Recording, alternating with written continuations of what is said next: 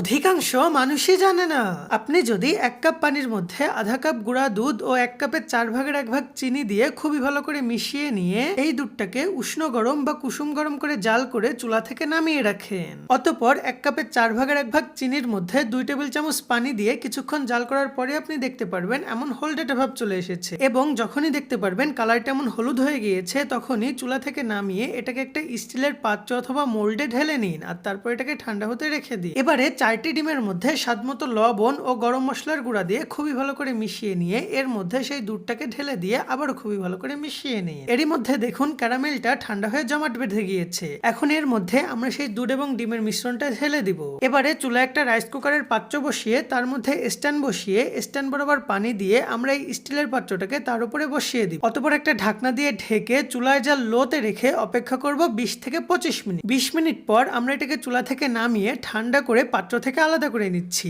আর এতে করেই দেখুন এত মজাদার পুডিং তৈরি হয়ে যাবে।